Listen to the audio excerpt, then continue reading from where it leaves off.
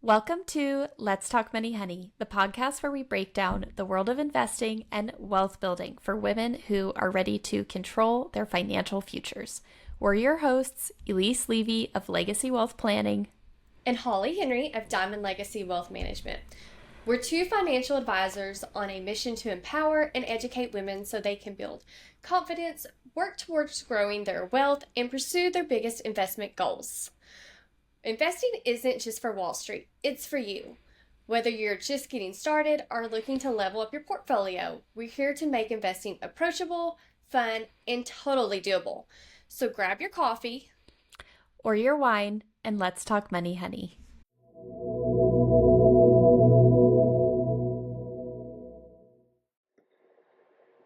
All right, welcome to another episode of Let's Talk Money, Honey. And today we're going to talk about diversifying your income streams. So moving from just a single income to developing all these different buckets. So Holly, where do you want to start with this combo? Yeah, I think we just start that. I feel like in school they teach us that you have one job and that's it. You go work your 8 to 5 and that's it. And you put money back for retirement. And I feel like that's the easiest thing to do. And I'm not going to say that it's completely wrong for everyone, but I feel like it just adds a lot of risk to your life. Because if something happens with that one job, your health fails, the business collapse, there's really just not a backup plan that still has money coming in until you can figure that out. Yeah, exactly what you said. It's like with just one income, it's allowing for a lot of pressure on that one income. And if it does fail, then you kind of are like you're in a really hard place trying to move forward and replace that. So developing these different streams of income, I think, is so important. And right off the bat, I think people might assume that we're talking about working 10 different jobs all at once. And I want to say that's not what we're telling you to do. You know, like if you do have a really hard 9 to 5, we're not telling you to go out and get another 9 to 5. 9 to 5 on top of that.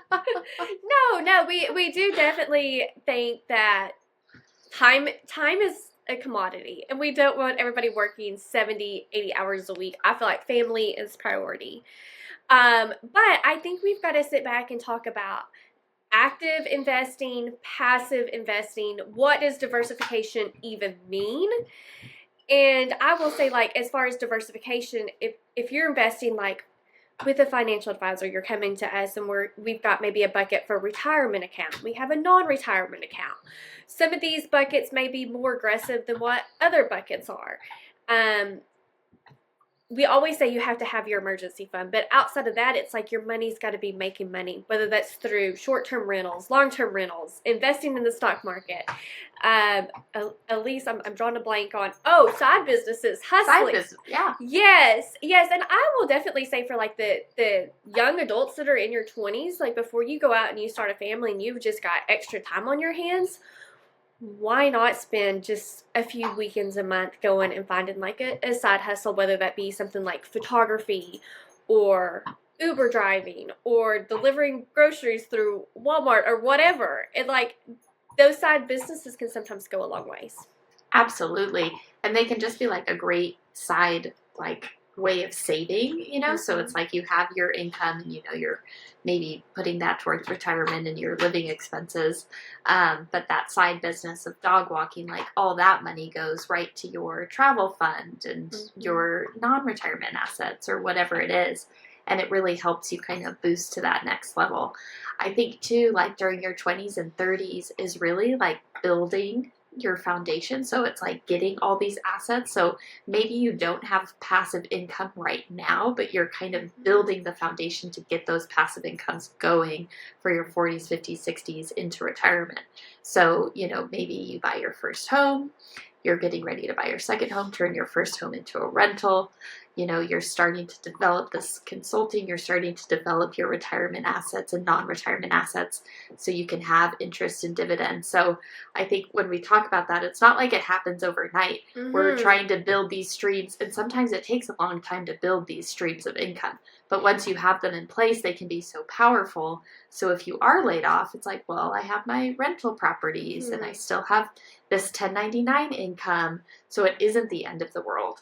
And if you're in a partnership, married with a spouse, you can look at it together. So it's like you have both your incomes. You own your rentals together maybe. And I think it is so key when you go back to this does not happen overnight. People feel like investing is almost this like get rich quick scheme, and it's not. It can take years. It can take decades. It's a slow process, and so many people give up because they think it should happen quickly. And to be honest and talk a little bit about my background, in my 20s, I was broke as a joke. I mean, there was no money. I think everyone is, right? Yes. So that is normal, but I don't feel like that's what social media tells us.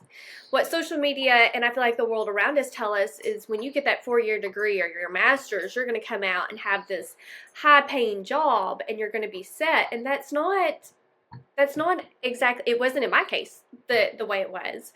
And so I started putting all my money into short-term cabin rentals. I did this for like over a decade, and it wasn't till I was close to my 40s when I decided to do a career change. And at that point, the money from my cabin rentals and my storage units was able to kick in to where I could do a career change and it not feel like the end of the world because I still had money coming in. And I know a lot of people do not want to have the time to go into short-term rentals. Airbnbs are time consuming, but there are other avenues like long-term rentals that isn't as quite as time consuming. But again, this is something that it takes years to normally see a difference. Yeah, absolutely. And like when we are looking at investing in taxable accounts, you're probably going to be taking 3 to 4% income from the account. So the account still has room to grow. So the account has to be a decent size if you start doing that. 3% of 10,000 isn't very much. So you have to think about those terms and like, yes, we want all these income streams, but exactly like Holly said, it's not going to be overnight that it all happens. It takes time to build, a foundation and this life that you want that has flexibility. And I think that's like what we're talking about with income streams. It really helps you have a lot more choice and a lot more flexibility with your lifestyle. And I think especially like with our demographic, that's really attractive. Not having to go and clock in every day from 9 to 5. It's like, okay, in the morning, I'm going to run around, check out my properties, and then I'll go for some meetings. And like just having that flexible lifestyle, I think, is really attractive to a lot of people. And how you get there is through diversifying. Absolutely. Freedom, I feel like, is the one thing a lot of people seek. And unfortunately, it is really hard to find that when your main goal is to work from 8 to 5.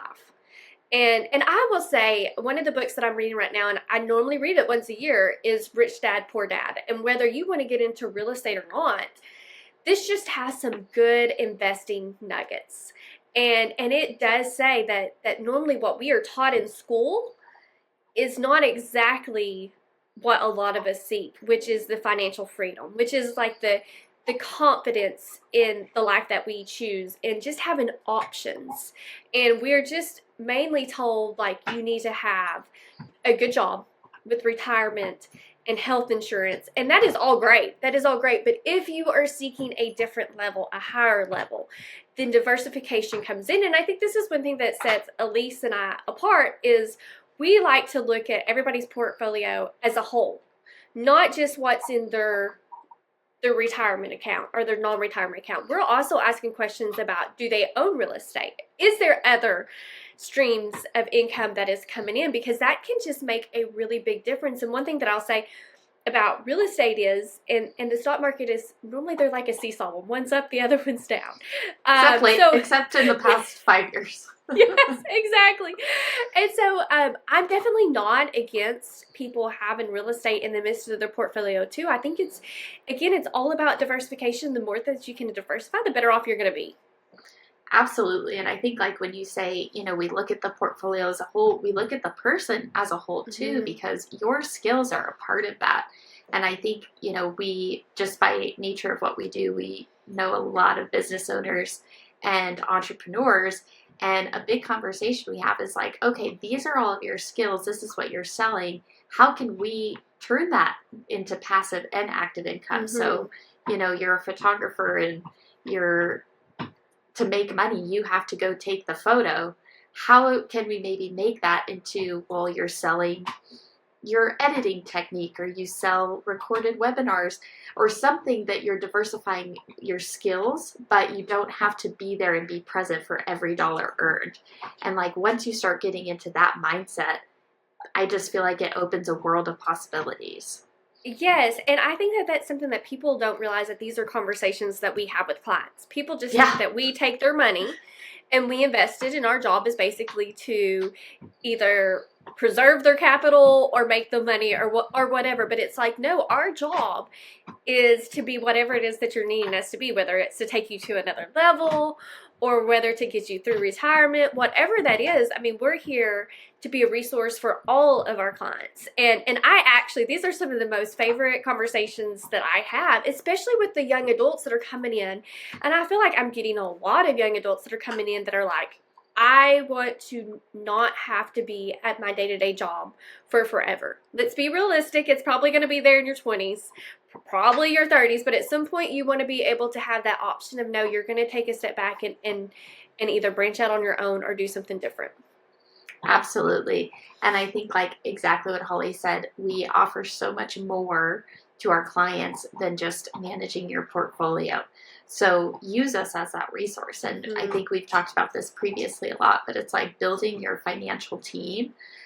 Your financial advisor is such a big part of that, CPA, anyone else you have along those lines, but it's like use those resources. And I always encourage my clients, I'm like, don't wait for our annual review to bring these things up. Like let's talk, and we're always here and we're always available to process as ideas come to you. Yes, absolutely. And I think that is one thing that, again, that is so key with us, is we try to make ourselves just as available as we can to our clients. We're not hard to access. And even just the prospective clients, like, we do offer just like the no fee consultations to just pick our brains, see if we're a good fit. We love just talking investing in every aspect that there is. And so I think it's something to where when you get people that love to invest and they want to make it to the next level, the more we can put our head together, the better off we all are. Absolutely. And as always, all of our videos are such a great resource. If it's not a specific topic you're looking for, you'll find a lot of great general knowledge just going through our old videos and checking them out. And I highly encourage anyone who's just dipping their toe into the world of investing and just thinking about finances in a more strategic way. It's a great place to start. Yes, absolutely. Do not hesitate to reach out to us. Don't forget that we have also a free monthly newsletter that we would love for you to subscribe to. If you're interested, send us a DM with your email address and we can gladly get you signed up. Elise, anything else that you feel like we may have missed on this? I don't think so. I love this topic though, and I think it goes along the lines of we're just trying to get everyone to think more like an investor and be more strategic. I love that. Yes. Absolutely. Okay, thank you so much for tuning in, and we look forward to sharing more in the future.